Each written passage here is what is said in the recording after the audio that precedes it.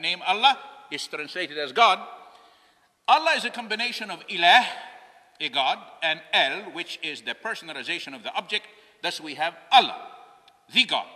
For instance, kitab in Arabic is book. When we say al-kitab, it becomes the book or a definite identification of a certain book.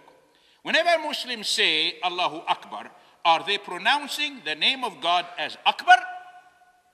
Since Akbar means greater, are we to understand that Muhammad was truly proclaiming that Allah is greater than the other 360 idols inside and outside the Kaaba? Or are we to understand that Muhammad was actually indicating that the name of the Supreme God is Akbar?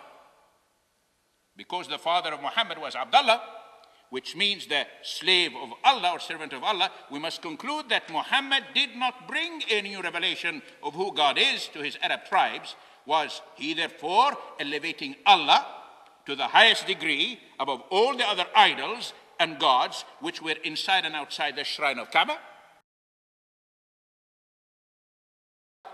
He says that the names and attributes do not reveal who Allah is, but in fact the name Allah in Arabic is the name of God. Now he traces the etymology of the term Allah, and he wonders if Allahu Akbar doesn't mean that Akbar is the name of Allah. Dr. Shorrosh, I'd like when you come back to explain grammatically how that sentence is to be parsed based on the subject and predicate using the Arabic rules. I'd like you to do that for me. I really learned a lesson in the Arabic language today. Folks, it does not mean that. It means that Allah is greater, and it is in short for saying Allahu Akbaru min kulli shay.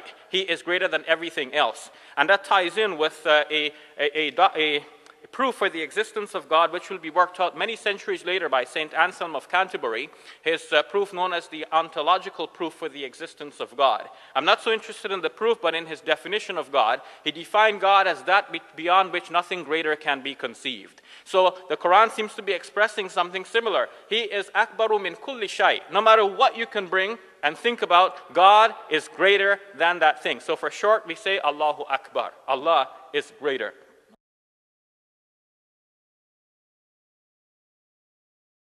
Now, I'd also asked Dr. Shorrosh to give us a lesson in the Arabic language to explain how Allahu Akbar comes to name Allah as Akbar. And he didn't provide that important Arabic lesson.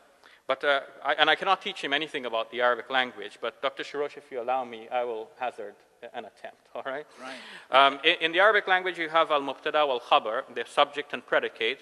And by the rules of the Arabic language, the subject, the mubtada, has to be ma'rifah, and the predicate has to be nakira. So Allahu Akbar means Allah is ma'rifah. The predicate here is Akbar. It is nakira. Nakira means it is indefinite. It is not a proper name. By being indefinite, it cannot be a proper name. If it is a proper name, it will be definite.